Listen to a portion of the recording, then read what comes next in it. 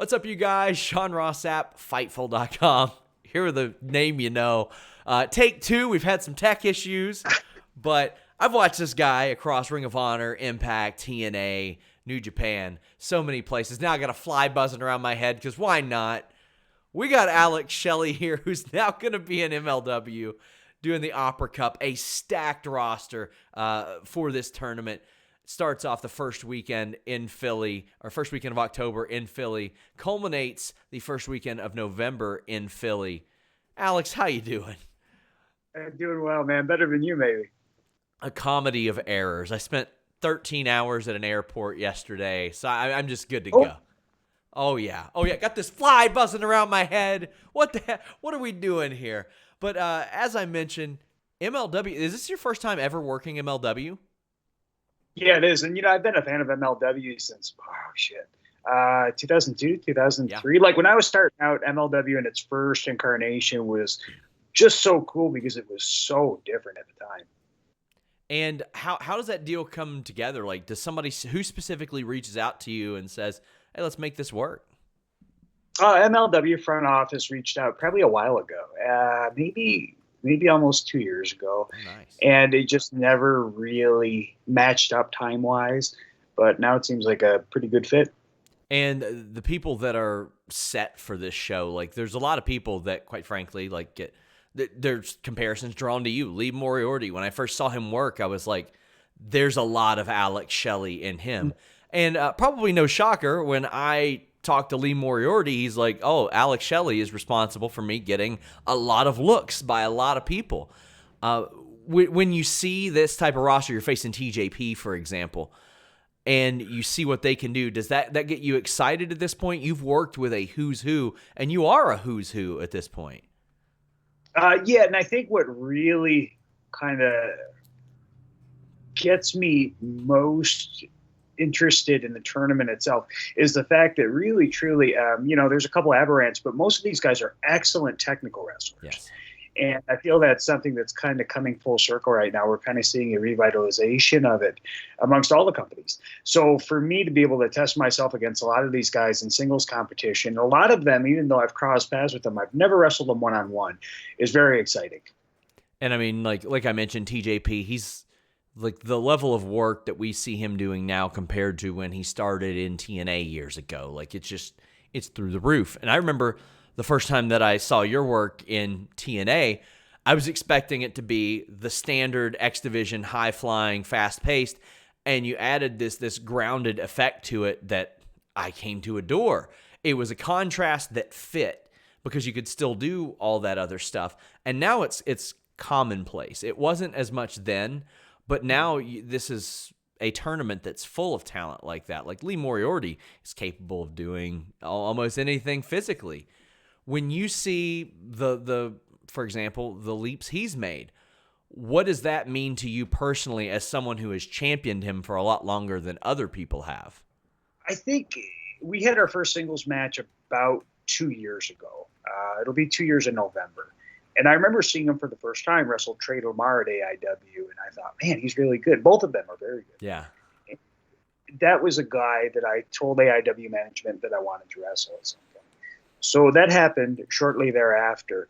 And he was somebody who, when we wrestled the first time, I was very impressed with him. And afterwards, you leave it in the ring, of course. You're competing against each other, and I won. But he had so many questions. And we probably spent maybe about 2 hours talking and started to form a bond. And from there on out, we had 2 more matches, and each match was very different than the last one. And it was always an honor for me to have somebody who is already so good ask my opinion on things, right? Like when I coach guys, I don't tell them what to do. I tell them that I'll give them perspective, and we're working together. And I think teamwork makes the dream work, right? But that stated, we still have to push each other in the ring. So eventually, after our third match, I knew that he was starting to get some acclaim from our peers when I went to Ring of Honor the next day. So I had AIW in Cleveland, drove home that night, then flew out to Ring of Honor to wrestle Mark Haskins in Baltimore. And when I got there to catering, I had probably 4, 5, maybe 6 guys. And Silas Young was one. Tracy Williams was one. These guys coming up and saying, hey, who's Lee Moriarty? Hey, who's Lee Moriarty? And I said, how do you know who Lee Moriarty is in the first place, right? Like, of course, we're all fans, but, these are guys who they're very, very good themselves, and they're in the Ring of Honor double. And they said, oh, I had heard about your matches with him.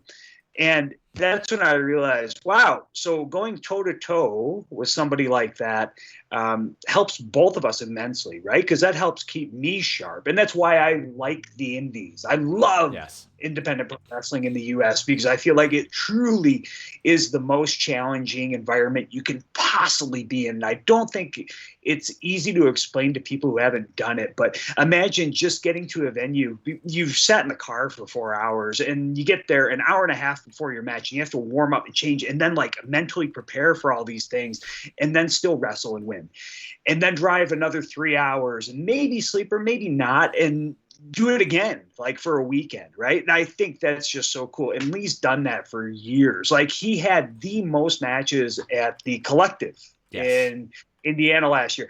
I remember thinking, like, dude, you're a machine. So kudos to him, right? Yeah, I love seeing him make those leaps. And when he was like, Alex Shelley puts in good words for me at Ring of Honor, at Impact, all over the place. I mean, that says a lot. I mean, obviously your word carries weight to it. But as I mentioned, like, he's far from the only person in that tournament worth looking out for. There's a guy that you had the privilege of working many times in Bobby Fish, but in the last several years, he's been elsewhere. Like, you all haven't been able to necessarily do that. He's back in the tournament. There's Calvin Tankman, who is completely unlike everybody, but is also capable of so many great physical things. And then there's Tom Lawler. Are you much of an MMA fan? Do you follow MMA or anything like that? No, not at all. I mean, not one iota. I don't care about MMA at all. However, of course, I have respect for what those guys do. Yeah. And the work they put in is unrivaled, in my opinion. My closest interaction to MMA is treating people who do mixed martial arts and physical therapy. And I can honestly say that it's probably the closest thing in terms of comparisons to pro wrestling, in the sense that it's so wildly unpredictable, and you can't train for it, right? Like, this is a sport where it's not a matter of if you get hurt, it's when you get hurt. And wrestling's much the same that way. But I did know about Tom well before I met him, and Tom's a beast, man. He's awesome. And he had a lot of those pro wrestling inspired, like, weigh-in entrances and stuff. Were you a video game fan as a teenager? Oh, yeah. I mean, I think I was part of the first generation to really have access to multiple at-home consoles growing up. So I don't think you're going to find anybody in their 30s who wasn't a fan of video games or had them in the house. So while we're on the subject of the Opera Cup, the first time I ever heard of Matt Cross was on the Backyard Wrestling video game. He was M-Dog 20. Him and Josh Prohibition were just beating the crap out of each other. I actually interviewed Josh Prohibition about, like, doing the cover and all that stuff. Like, did you ever play that game? Was that your, like, eye-opening to him, or did you come to know him later on? Well, I'll tell you how I first heard about him, though. When I was a teenager in high school, I had a couple different jobs, and one of them was working at a record store. So we would get copies of Rolling Stone. Mm-hmm. And I remember we knew what Backyard Wrestling was, and I dare say that you'd be hard-pressed to find guys who I was close with coming into the business who didn't backyard wrestle in some way, shape, or form, right? Like, kids are going to imitate what they see on TV. Like, not. And I remember I would flip through it on my lunch breaks or whatever the case was, and I remember seeing Josh in that, and that was the first time I ever saw them. They had an interview in there, and I thought, whoa, like, these guys are insane, like we were doing in the backyard. I wrestled in, like, I don't know, tiaras and like submission holds, and these guys are just jumping off of really, really tall structures and putting each other through flaming tails. I thought, count me out. And still to this day, count me out. Yeah. Thank you. Yeah. Oh, man. When Josh told me the story about how they had to film that or make that cover, like, he said that they wanted him to go through the table like 6 or 7 times. And he was like, guys, it doesn't feel good. It hurts. It hurts. Yeah, man. You do it. Do it once. Another name in this tournament, Davey Richards. Have you all ever had a singles match? Because I couldn't find one when I looked it up. And I know you all of course, the Wolves and Motor City Machine Guns ran into each other. I feel like it was maybe a decade ago, and he's back in action. So this is like a loaded roster full of these just fantastic workers. As good as you are as a worker, perhaps the most entertaining thing I've ever experienced in pro wrestling is Paparazzi Productions. I've wanted to ask you about Paparazzi Productions for over 12 or 13 years. Like, I thought that was the funniest stuff I've ever seen in pro wrestling. Like, you guys catching Eric Young at like a store, like in spying on Sting, and just all the integration there. Can you please tell me how that came about, how the creative process for Paparazzi Productions and the Paparazzi Championship Series happened? Because that was magical stuff. So there were basically like two elements to it, right? Yeah. So there was me doing stuff on my own, then there was me with Kevin. The stuff with me on my own was them saying, here, you're going to do this, and then me doing whatever I wanted with it. Yes. So I could say anything I wanted. And for the most part, I would just try and entertain myself or entertain other people who were around. Yeah. Apparently mission accomplished, right? Because like people still talk about that. Now, the stuff with Kevin, originally when they paired us up together, they wanted like a very distinct differential between here's a veteran, here's a young guy. Yes. And I don't think they counted on both of us having the same sense of humor. And I don't know why they didn't approach it this way, but we're both from Detroit, right? Like we had very similar stories growing up, and we grew up in a very similar socioeconomic environment. So yeah, we were raised kind of in the same area. And of course, in the U.S., you have your different regions. We're one country, but of course we have our different regions, and there's cultural differences amongst them. So we would, the first time we worked together, just make jokes to make each other laugh. And I don't know that anybody else really found them all that funny half the time, but we did. And it was more so guys laughing at their own shit. Apparently, eventually, enough people found it entertaining to where they started filming more and more of it. But the PCS specifically was Kevin's idea, because he wanted to do a takeoff of the BCS. And I was like, oh, that's great. Everything that you saw there, outside of Kevin and I coming up with the events themselves, everything was ad-libbed. Nothing was scripted. Like, nothing was, here's the script, read this, do that. Everything was on the spot. That's it. That's all there is to it. And typically, if you can entertain yourself, you can entertain other people too. And I think that is the perfect example of that in pro wrestling, because so much of pro wrestling is designed to be funny. Yes. And there's nothing worse than like jokes that aren't funny, right? Like nobody likes that shit or has time for it, really. But true comedy is the stuff that I think people have fun doing, right? You look at these guys who they're actors or they're entertainers, and they enjoy what they're doing, and that translates really well. And pro wrestling's no different. Well, that translated really, really well. There were so many like little, like him always accusing Sanjay of being on steroids. Oh, that was so good. Sanjay looked great. And Jay Lethal, like him being like, "Why are you doing this to me?" And Kevin goes, "Well, it's because you're black." And I'm like, "Oh my God!" Like there are these like little things that just land so well from him, especially because I think part of the humor was a lot of people had this perception because of like the vanilla midgets comment that he's like, he wouldn't want to work with X division guys. I can't say that anything was further from the truth. I mean, when you consider the term vanilla midget, it doesn't matter if you're a vanilla midget or a vanilla giant. You're vanilla, right? Like midget isn't necessarily the knock. Vanilla is. So, I'm 5'9". 5'10" on a good day, like before I'm hunched over at a computer all day. But I would consider myself anything but vanilla. And I think that was something that had been spread around, perhaps for those guys or whoever coined the term, that was true, but everybody's experience is their own. And I can tell you that for a fact, for years, he went out of his way to help everybody that he worked with. And he did things that you would never even hear about. Guys weren't making a ton of money, right? He was paying for hotel rooms or buying them food, buying them beer. I mean, just cool shit. Were you in the ring with him, or I think you were around the ring when he did the arm drag? Were you there for that? I don't know. I mean, maybe. My gosh. I feel like, yeah, it was. It was you and Kevin Nash against, I think it was Jay Lethal and Saban. And the first, he locked up and he immediately did an arm drag and strutted around the ring. That was like, it's, for anybody else, it's like, who cares?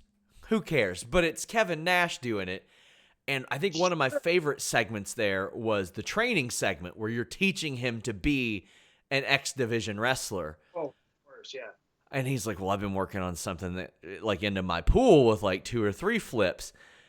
I think the most underrated line is you calling somebody Samoleon Joe. Oh, yeah, it was Samoleon Joe and Super Blue Cross number 7 or some bullshit like that. Did Samoa Joe ever say anything to you about it? No, that wasn't Samoa Joe. That was Samoleon Joe. You're confusing them. They're different people. Oh, obviously. I wonder if they're related. They got the same last name. Yeah. I wonder if WWE tried to sign Samoleon Joe on accident. Oh, my gosh. That's who they brought back. And they're like, well, we've already re-signed him. Him. Oh, man. I hope that I get to ask you more about that in the future, but I don't want to make this all about Paparazzi Productions, though I could all day because I think that's the most entertaining stuff in TNA history. You got to start selling those I Spy shirts. Yeah, it's funny. Like, I saw Kevin not that long ago. It was at an AIW show. They brought him in for an autograph session. I wrestled Eric Stevens. Mm-hmm. And I didn't get to talk to him much before my match, but afterwards he goes, do you wrestle like that all the time still? I was like, yeah, man, which was a huge compliment, right? But we talked for a while. Dude, we got to do a video together or something. Like, we got to meet up on a weekend that you're free and just do a special where we talk about all this, like pull back the curtain. I was like, oh, yeah, that would be good. I was like, we should do another PCS too. Yes. I think it'd be cool. With the what is it now? Maybe I'll get you. We'll have everybody in the Opera Cup. That would be awesome. I mean, I think there's a whole group of people like today that have these vivid personalities. Like Danhausen's running around out there. Him like in a Paparazzi Championship Series skit would be hilarious. Like there's so many entertaining guys out there. Yeah, no, I want people who are more socially awkward. I mean, I guess he's socially awkward. He is very socially. I want the weirdo. He is. So we've mentioned MLW. You haven't been in Impact lately. How's your relationship like with them? It's fine. I just don't work for them. I mean, that's, I wasn't able to main event one of their pay-per-views, of course, and that was when COVID numbers spiked. Yes. And due to my occupation outside wrestling, my company had restricted travel with new mandates and vaccines and so on and so forth. And to be honest with you, I wasn't going to be wrestling for Impact much longer. We had not agreed to that. Let's put it that way. Not that I have anything against them. Yeah. At all. I was so happy to come back, and I was so thrilled with my time there to wrestle the North. I think the North are just incredible. So Josh Alexander, and Paige Bolton to help Saban kind of come back and ease in after an ACL repair. But at the same time, they've just got so many guys on their roster. And for me, scheduling wise, actually, it works out quite a bit better to wrestle on the weekends currently because I do have a career outside wrestling. But I can definitely say I have nothing but praise for Impact and its current incarnation. They do everything well. Scott D'Amore handles things amazingly. I really, really love being there. And I would love to go back at some point. I really would. But, I've only got so much time, right? Like, that's it. There's so many hours in a day. And you did a couple of NXT spots a couple years ago. How was that? And were there any talks to do anything further there? I loved it. I'd rather not discuss whether or not we're going to go forward with this because it just doesn't really matter, I suppose, like in the long run, right? Like, I really liked it. I mean, I loved it. They treated their athletes so well, right? Like, they treat their wrestlers like pro athletes. And I've never seen anything like it. And I've been in wrestling almost 20 years, which is crazy to say. But the amount of care they put into this is just paramount. Like, they really, really try to take care of these people's health.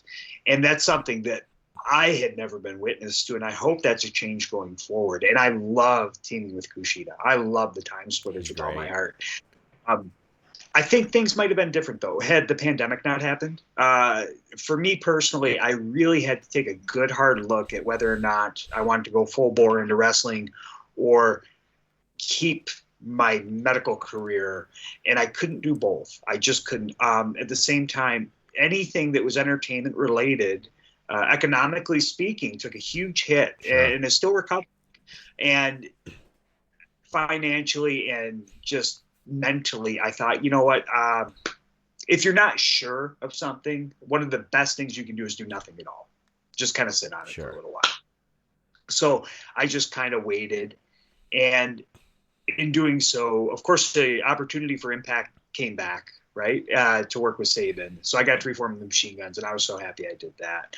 But yeah, everything's up in the air now. I mean, I had nothing but good things to say about NXT or Impact. Both amazing. Well, now we're going to see you at MLW, and it's not just these great talent that are in the Opera Cup. Like, you've got Myron Reed, who has emerged so much. They got Tajiri popping up at a show. I think he's actually working Myron Reed. And then they got Fatu and Hammerstone, which I think they've built amazingly. Two champions who win all the time facing each other, and you find out which one's better. I think that's the most basic, elementary, let me watch that type of thing out there. Who are you looking at in this company, and you're like, well, they might not be in this tournament, but I want to get in the ring with them that you haven't? Hammerstone's a guy I'm a huge fan of. I think he works really, really hard. Myron's actually somebody I really would like to see. And part of that is because I've trained so much with Trey Miguel. And Trey and I are in our two peas in a pod, right? But there's a handful of guys. A lot of them are in the Opera Cup. Jerry would be dope. I mean, Jerry's cool as shit, right? Yeah. Like, everybody was a Jerry fan at some point or another. And I've actually met him multiple times, too, but never been in the ring with him. But, yeah, they've got a lot of really, really cool talent. And I think the cool thing that they have, too, is an open door policy. So they have people coming in and out for special appearances as well, and that's appealing, too.